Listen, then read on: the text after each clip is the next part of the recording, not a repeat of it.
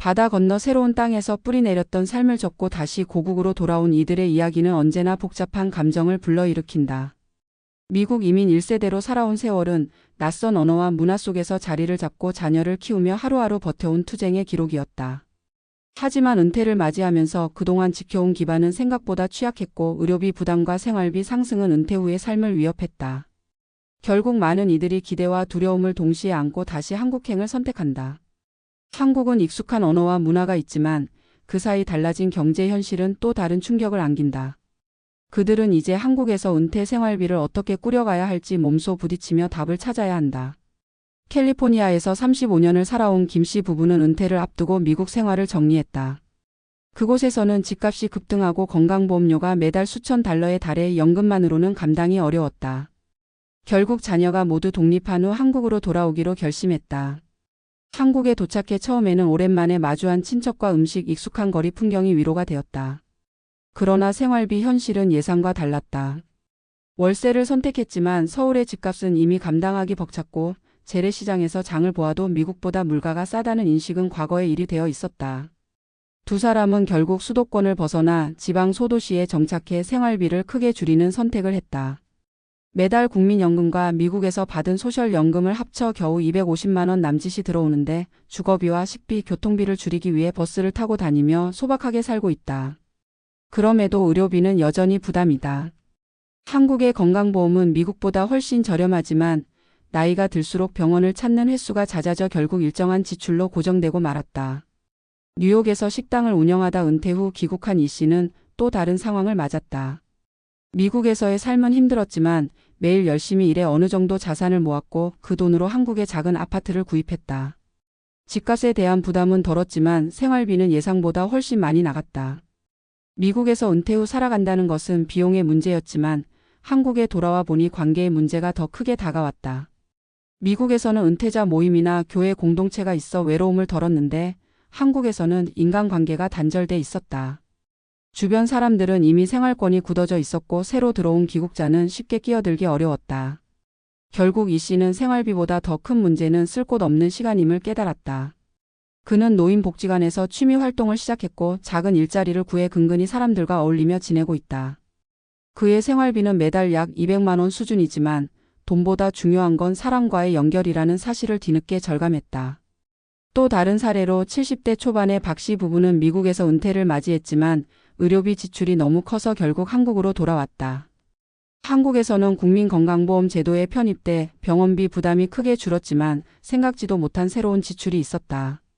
자녀가 모두 미국에 있어 혼자 생활해야 하다 보니 식비가 예상보다 더 들었다.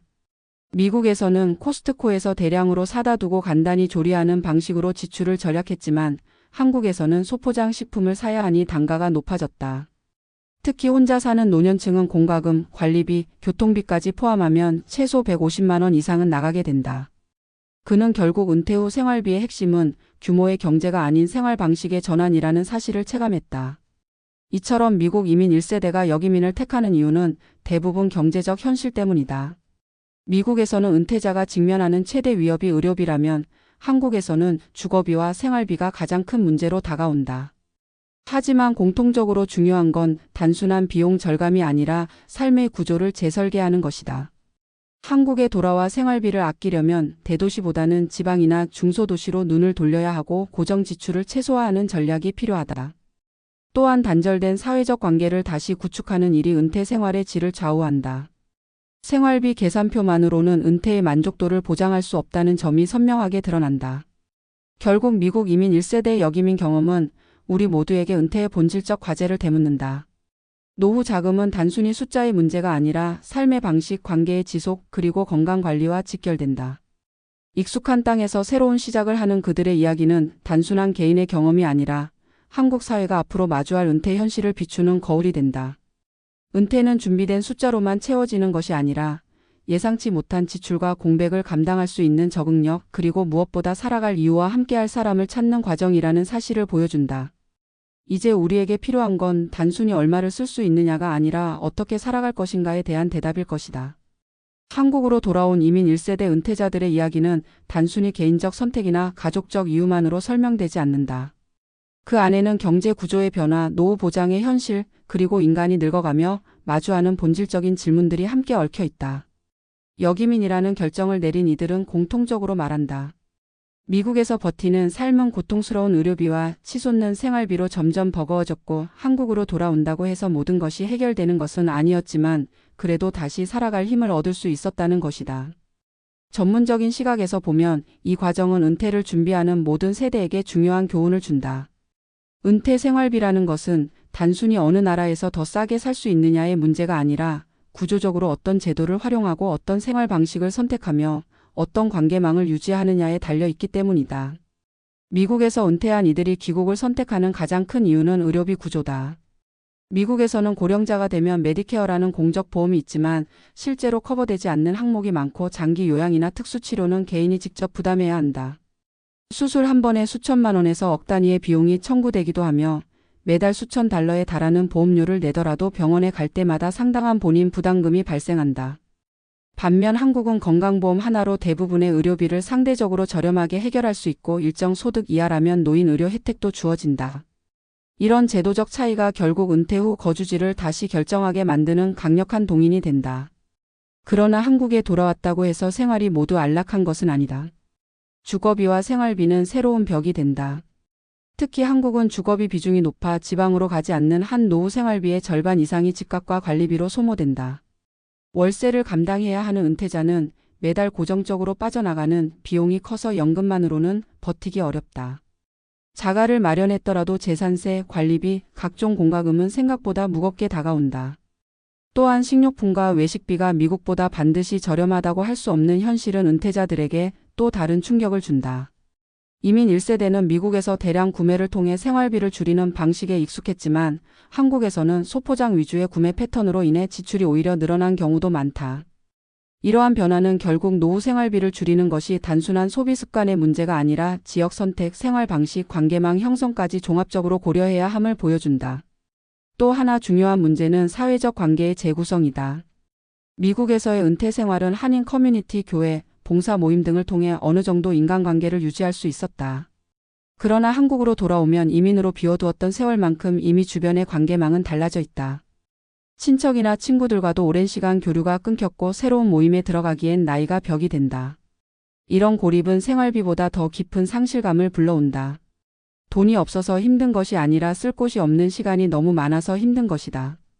결국 은퇴 후 생활비를 논할 때 반드시 포함해야 하는 요소는 돈이 아니라 관계다. 하루 3끼 식사를 어떻게 해결하느냐의 문제가 아니라 그 식사를 누구와 함께 나누느냐가 삶의 질을 결정하는 것이다. 역이민 세대가 특히 강조하는 부분은 적응력이다.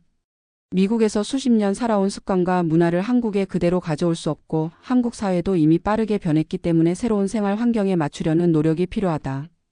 지방 소도시에 정착하며 자급자족적인 생활을 택하는 이도 있고 복지관이나 노인 일자리 사업에 참여해 사회적 역할을 이어가는 경우도 있다.